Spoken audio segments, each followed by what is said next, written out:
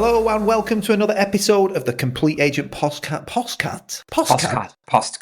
These introductions get worse every week, Ian. They do. I'm going to try it again. JK, don't edit it, mate. Don't edit it. It's real. Anyway, hello and welcome to another episode of the Complete Agent Podcast, where each week we get together to talk all things estate agency. My name's David Warburton. Today, I'm joined only by Ian Storey. JK can't make it, unfortunately. But what it does mean is we'll probably wrap this up in about 25 minutes. So that'll be a plus point. No, miss you, JK. See you next week. Ian, how has your week been? Absolutely brilliant, Dave. So before we came on, we were discussing about the ups and downs and how, I can remember a couple of months ago, I was thinking, God, we've got so much on the market and listings have been a little bit low and, you worry and then the worry switches the other way, doesn't it? Because you've sold a load and, but basically we're brilliant, mate. Like in the last 2 months, we've agreed sales on 30 houses with an average value of 900,000. It's unreal. So just astonishing. Big up to your team. I know that you're constantly telling me this is the best team you've ever had under the unit. So well played, team. Stories well played. Yeah. I mean, like the vast majority of that was done by them. Phil's an absolute demon negotiator. He's really getting his teeth stuck into that now. Our new valuer Matt joined us 3 weeks ago, I think. Started going out by himself last week. He's already brought on something like 6 to 8 properties, average fee of probably 1.99, something like that. All, really nice houses. So he's really got off to a flying start. So, really, really good, mate. Yeah, we did a video shoot yesterday at the Bond Villain house that we've got coming on. Yes. Looks amazing. Amazing. Kids came for the day. We had them on the zip wire. We had Freddie playing football on the football pitch. We had him in the swimming pool. It's set into the sandstone ridge, this house. There's like a cave that runs all around the back of it. So it was a brilliant day yesterday. What you've done there is skirted over something that I think is really, really important. And it's just a credit to you guys for how far you go, I think, with your marketing. So talk to me there. You mentioned you had Freddie there. I think Martha was there, was she? So we, I do it all the time if I could, but obviously with the amount of houses you sell, it's just not possible to do it. But for some of the special ones, we have the kids there because I think it's a good experience for them, to be on camera and gives them confidence. And we took them out of school for the day. And I think it's a great experience for them and a great sort of life lesson because they're dealing with different people and speaking to the sellers and looking adults in the eye. And, I think it's really good for the kids. Great experience. And obviously it's brilliant for the marketing of the house because it's a mega house with a swimming pool and a AstroTurf football pitch outside the kitchen door. Proper mega house. Massive sort of 70-foot long zip wire going through the garden. And it's a house that needs kids. So we did that yesterday, full shoot yesterday. We were there for 8 hours. Completely underestimated how long it was going to take. We had a community interview booked in for 3:00 yesterday afternoon with this place near Tarpley, but I had to rearrange it because we were there, for 8 hours. The seller's got a couple of nice motors, so we used a couple of those on the shoot as well. And we're going back on Monday to do the Twilight video as well. So we're going to combine all that together and do a cinematic landscape video and a portrait reel professionally produced. So Mark's going to do both those. It's got a big flat roof deck. So I was sort of stood on the roof presenting part of it to the drone. It was just a great fun day, and sort of culmination of years of hard work enable us to be able to go and do that. In the knowledge that the team are all there working away as well, back in the office. So really good, mate. Things are we're in a good period. Nothing really bad has fallen through recently.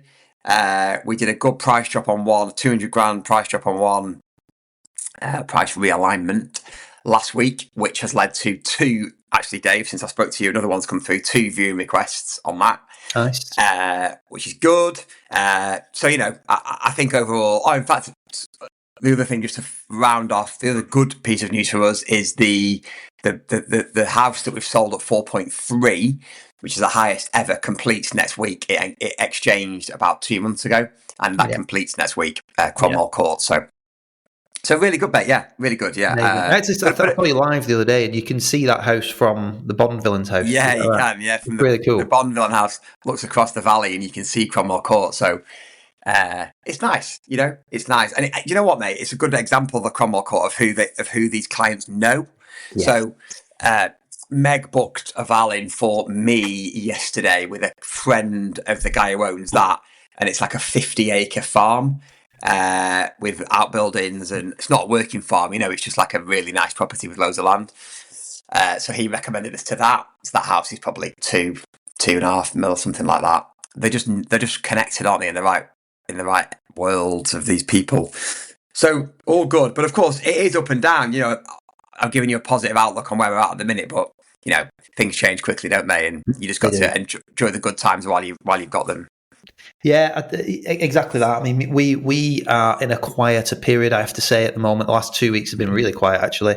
I have to say as well, though, it's not the worst thing in the world, personally, for me. Yeah. I feel like I've been, backs to the wall for 2 years, never mind the last few months. Scott's in play now, my new valuer, and he started really well. He's integrated well into the team, and he's looking after. He's actually crossed over a little bit on the two brands, but he's looking after the Relocate brand. So he's actually out doing a shoot now, which is great. But overall, it has been a little bit quieter. We're getting some low ball offers, and it's what I would say is it's challenging, is the way I would put it. And I was saying to you before we came on, and I'm going to touch wood as I say this, but I've got a lot of understanding vendors as well, regular contact and just having good, thorough conversations. Speaking to a gentleman yesterday who's got an amazing house, but he is overpriced on the price per square foot and stuff. It's one of those, Ian, where you get like a motivated vendor and you sort of do what they want to try, where they've got that itch to scratch and give it a go. But the reality is it's a bit too highly priced, and he's starting to get to the point now where he really does want to sell. So I'm saying, well, it is a price issue, and we have to have realistic conversations. But he completely gets where the market's at. He completely understands that some of the tax changes that are being mooted at the moment could change things and are causing people to delay plans and all that sort of stuff. So yeah, a little bit quieter. And I say that, but we've got 12 in photography. So there's plenty to go at. We've launched one just the other day, which is really nice and getting interest. There's another one that'll be going on in the next couple of days. And as I look at the board out there, there's some really good stuff. And I've got 3 really solid off-market listings as well, that are really nice. So, quieter, but no major complaints. We always want to be busy, don't we? But it's no major complaints. Pretty good. Yeah, I what you said there resonated with me. So until Matt joined, I was basically doing all of the vals again, which was just, you like the hustle and stuff, but it was just too busy. Yeah, it's just too much. So just recently, I've noticed how I'm getting home earlier, and it's nice. It's a much nicer place to be. It's much more balanced. Yeah, do you know though? I was. It's exactly right. This, but for the last couple of weeks, I've been asking myself, what am I doing? Sat on the sofa watching. Yeah, right. Yeah, works both ways. Doesn't it? Yeah. I'm like, wow, I've not done this for such a long time. This is a bit weird. It's 8:00 and I'm trying to watch a series. I don't feel like I've done that for a long time. We had a date night last night. My parents came round and we walked down into the village for a curry, which was dead nice. And then actually sat down and watched TV. Oh yeah. We never do. We literally never do that. We might grab half an hour on my iPad. Yeah. In bed if we're lucky. But we sat down and watched TV. Gangs of London. Great series. Should we unpack Gangs of London? Let's unpack Gangs of London. We actually finished the second series last night. If you've not watched it, it's absolutely brutal, but it is very good. I mean, the first series of that was unbelievable. I felt. The opening scene just sets it all. Brilliant. And then, it's, like you say, it's absolutely brutal. But I finished season 3 actually while I was on holiday, and it was unreal. Yeah. Season 3? Yeah. Is there a third series? There is a third series, my friend. Yeah. Oh, Ian's face. He's so excited about that. Well, do you know what? I wish I'd known that before you asked how my week's been, because it would have been even better. If I'd known that. There you go. You can start season 3. So did you see the Tory party conference headlines this week? I've seen the headlines. Yeah, I didn't actually see it, but I've seen the headlines and what their plans are with regards to stamp duty. Yeah, get rid of it. How do you feel about that? Well, I mean, obviously it's a headline grabbing, pledge, isn't it? Whether it'll all work out or not, who knows? But it certainly got my attention. They've had to push back, haven't they, because of reform and how well they're doing. They've had to do something to try and grab the headlines again, I suppose. Yeah, I mean, I am a fan of it in a way, but they've got to try. They've obviously got to get it back somewhere because it's such a big earner for them. So I'd be interested to hear more. So where they're going to find the money, of course, and ultimately, it's probably the seller that's going to be hit. Of course. I just think, obviously, the best market that you and I probably have ever been involved in was COVID. Mm-hmm. It was a bad time for the economy, but for an estate agent, we went from, am I going to lose my business, to I'm booking a holiday to Barbados. It's in a few weeks or a few months. And it was crazy because the fall through rates didn't matter because they'd fall through and sell again. Mm-hmm. But most things weren't falling. No. Everything sold because borrowing was so cheap. Mm-hmm. But the reduction of stamp duty, and in some cases the complete exception of stamp duty, it forced my hand a little bit. I moved in 2022, and I was on the tail end of it, so I did have a bit of stamp duty to pay, but it was so much cheaper than it would have been had I moved a little bit later. But I paid too much for the house. I paid too much for the house, and I feel like that's just what will happen again. And it'll take time for it to filter through, and I think we have to go through that sort of that cycle where everything sells again and maybe tails off a little bit, and it becomes the new norm. But everybody accepts that stamp duty is there, and it's a fee that needs to be paid. Yeah, I don't think it really needs removing. There's no need to remove it because, like you say, it's an accepted tax, isn't it? I just think it's unfairly weighted at the higher end, and like you say, if they remove it, where are they getting the money back from? Yeah, exactly. And I was speaking to a client this week where he's looking at buying this property at 1.2 million, but he's saying, it's not just 1.2, Dave. I've got all my fees, all my solicitor fees, and stamp duty is a nightmare. And people do factor that in.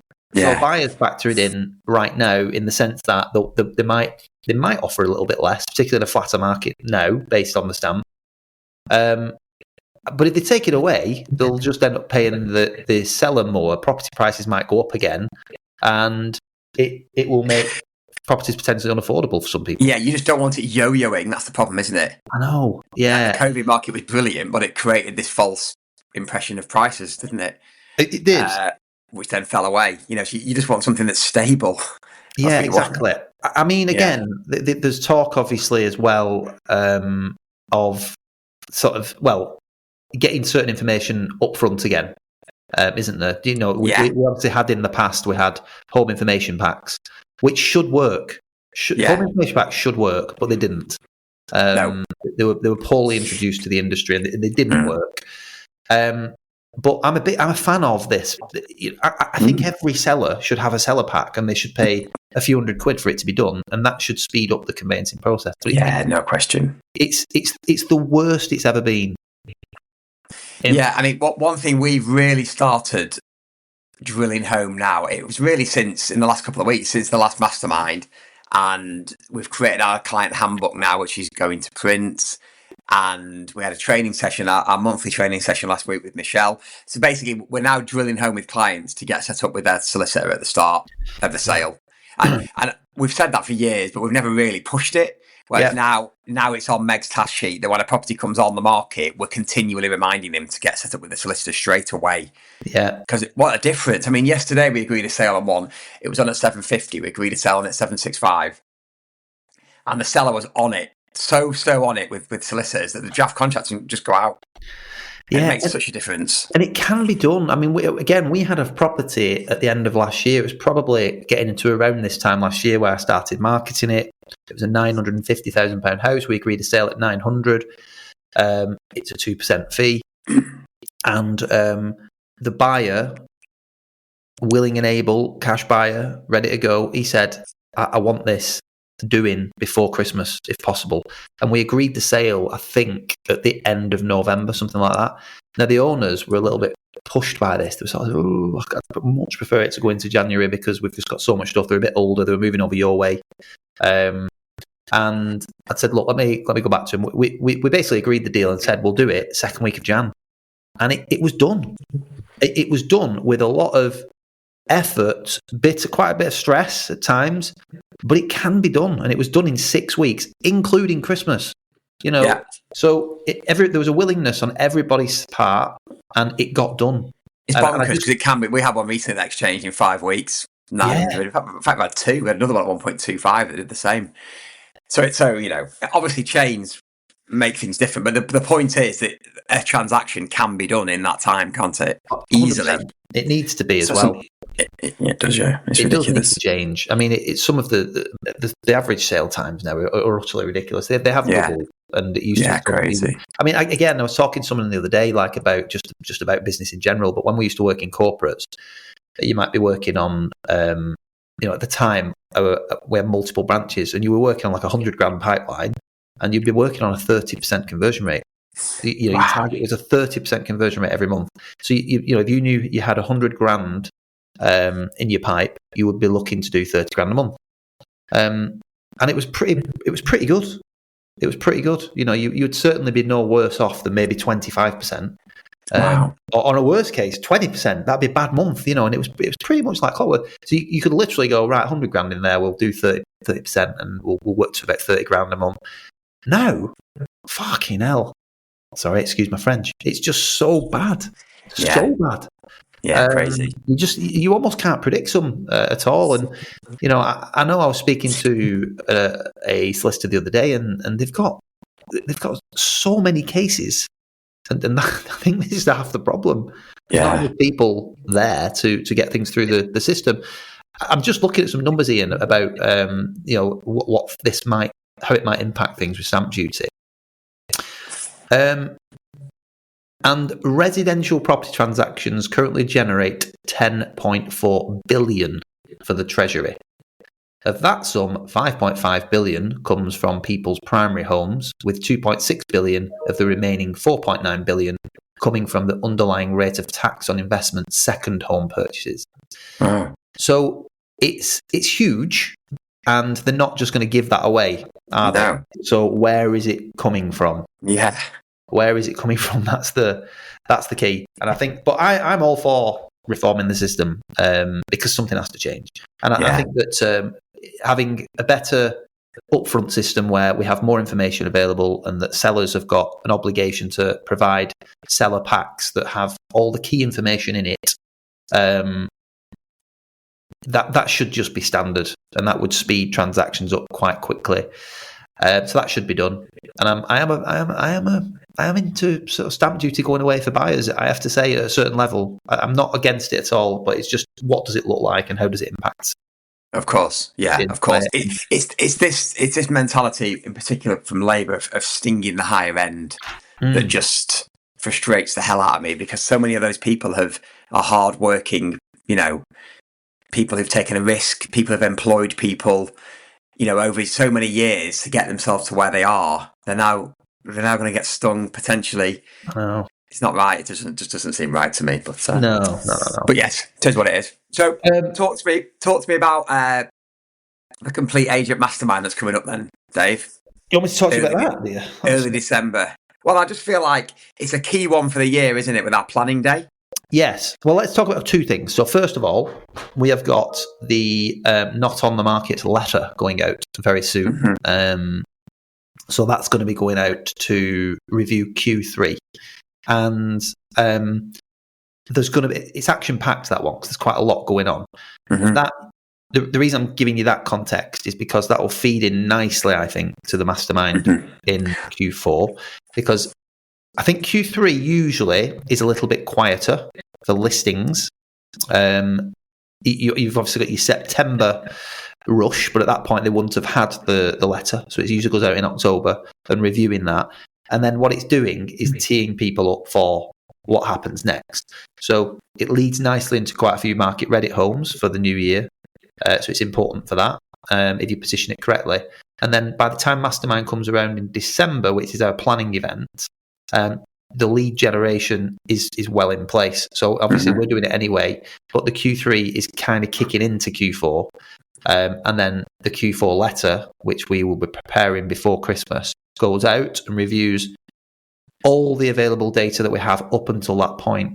And it is amazing, the result that we get usually from that Q4, the Q3 and Q4 combined. I find going into January, just like, this is great. I'm so glad that we've done this and fed into it.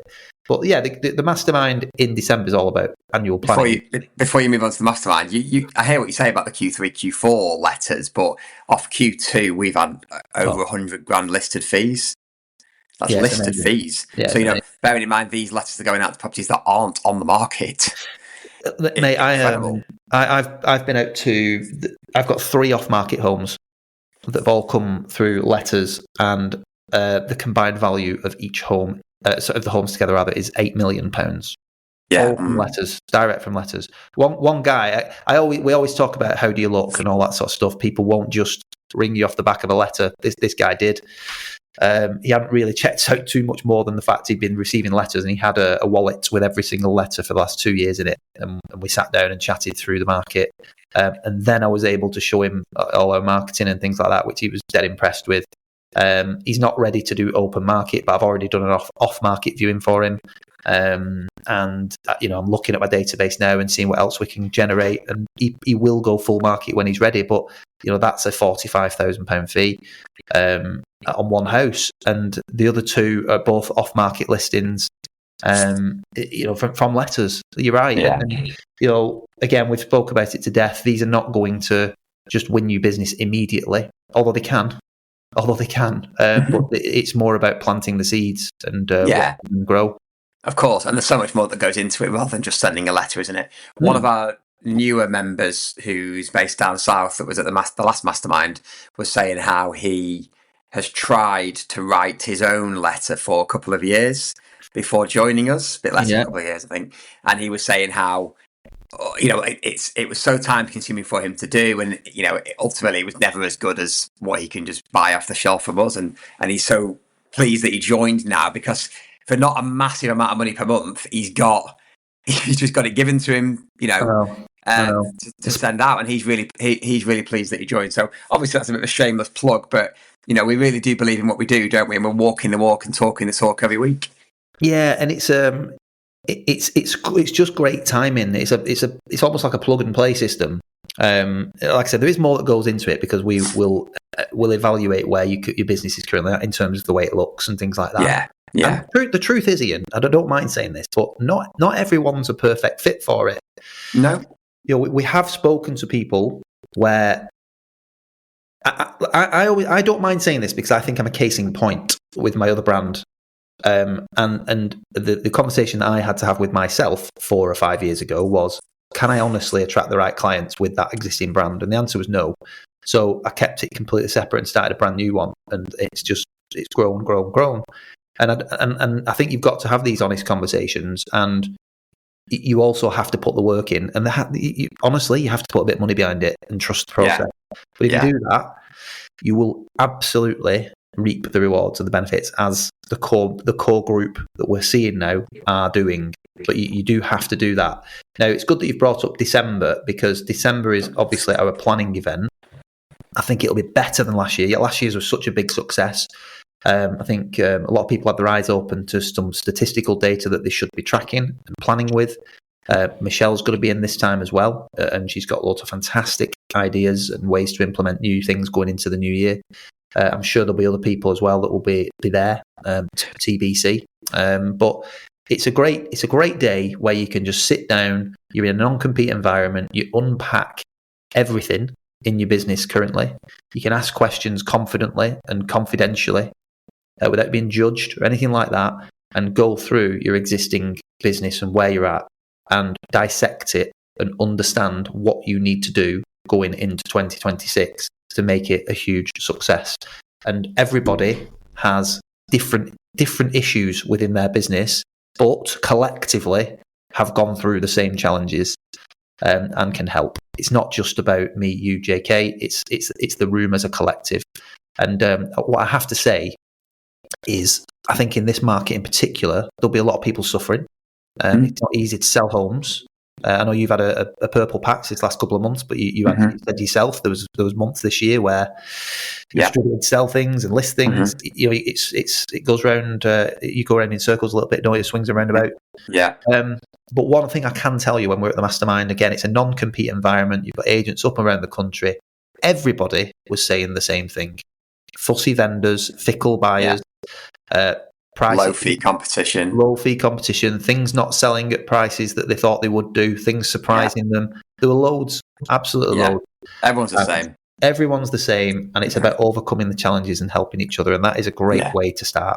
And you'll learn loads of things. I mean, just talking about your video right at the start, mate, the amount of effort that goes into these videos, you taking your family there to create a lifestyle video that really represents that home, I think is incredible, and it's something that we all do to try and push the properties out there and stand out and be different. But I really do think you're the king of that. You've done it a few times and done a great job with it. But how many people go that far? You know, make that effort and stand out. Yeah, of course. Yeah, no, not many, but that's the same across most industries, isn't it? Consistency and going the extra mile, turning up. You know, when you say you're going to, etc., etc. Well, I think that's...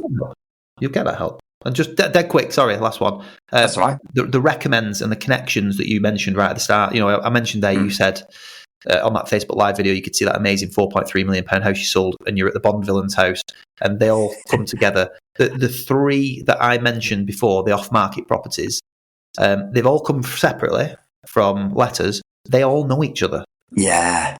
They say to me, "Oh, you're selling Glenn and James just down the road. Oh, you're selling Steve and Lorraine's just down the road." They all know each other. Yeah. So it's such, once you get that in with one or two really good clients, the exponential growth is really impressive. So again, and they love it. You know, they love someone who's on the ball. You know, they just love the conversation, don't they? As much as we do, because they're quite often salespeople. If they're an entrepreneur, they're a salesperson, aren't they? So, you know, generally speaking, so they love the conversation, and it's so much more straightforward when it comes to fee. You know, you don't really get them questioning it because they understand the value and they can see what you've done for their friends and what you've done with other houses. And like I say, once you're in there, you just 100%. Maintain that position. The problem with so many of their agents is that, you know, around you, is that they're not consistent with it. You know, they'll still list the next council house, or they'll put stuff on that's not quite the right marketing, or they don't do a video, you know. No. We could go on and on, can't we? But yeah, I've got one that's coming on dead quick again. I've got one that's coming on at the moment. It's on with another agent, and I actually valued it at the time. She wanted to go with us, and her next door neighbour is an estate agent for one of the big corporates in the area.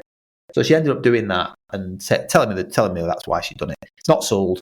And basically what she said is, I've had to chase them to do things with the marketing. So they started off with really basic marketing. She got them back to do new photographs.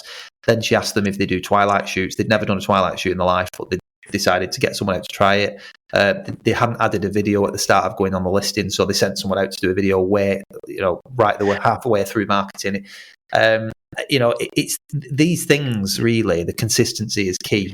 And again, I think that when you come on TCA, you do learn how to set it all up, because that's something, again, when you first start, you might be thinking, how do I bring all this together? Yeah. And there is a system, there is a way of doing it. And once you get it and you get it right and you're consistent, I promise you, it is an absolute game changer. Mm-hmm. And in terms of fees and stuff like that, people not understanding that you can charge 2% on £4 million homes. Yeah, Dave, do you know what? Just finally, for me, keep saying that. Our new senior valuer, Matt, who's just recently started working for us, he's going out quoting the fees. He's found it amazing that he can do that. Yeah. He can't believe that he can do it and get it. Yeah. And it's obviously he's got the power of the brand behind him, and all the pedigree and what we've worked so hard for. He's got all that behind him. But then on top of that, he's got confidence and he's got experience. And combining the two together, he can't believe that he's quoting it and getting it. And he's quoting grand up front and 2% on anything over $1 million, and 750 up front and 2% on anything under $1 million. And he's getting him. And he's only been here 3 weeks. So anybody, it's totally doable if you follow the process. It is. And you will have a period where you will do fee deals. You will. Hey, he's already lost a couple, and so have I. That will always happen. That happens. Of course it does. Yeah. You'll always have to do, and you'll always have to do fee. You might start off and do 1% for your first 3 or 4, get them going. That's fine. But it'll be 1% of 750 and 800 and 1.5 million. And then once you've done it and demonstrated it, and you start to become the agent that stands out, the niche agent.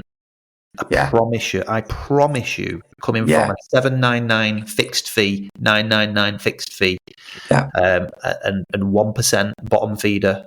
I'm telling you, it's there. You can do it. And we're all the same. I think that's another great USP for Complete Agent, is that you, me, and James are all the same now, aren't we? Yeah. We were all 999 fixed fee 6+ years ago, and now we're all 2% average fees over 10. So, no one is like us in the industry. No one has come from that base and is now doing what we're doing, not collectively together running something like the Complete Agent. So I think we do have a great USP. I was saying to people who came on, we're just doing a bit of redesign on some of our 2020s and things like that go out automated, and we were just doing a redesign, and we were looking at some of the old stuff that we used to do for inspiration, and the inspiration came from seeing that we used to sell houses at 999. And I said to the team, we just sold a house. And I said, if we were back in the day, if we were selling houses the way we used to do, we would have had to sell 27 houses to do what we've just done on that one house. It's just crazy. It's crazy. Such a great place to be. Anyway, it's a short one this week, and I'm not even sure we've added too much there, Ian, but we have to go. So thank you for listening, and we will see you with a full team, JK, next week. Thanks, everyone. Bye. Cheers, guys.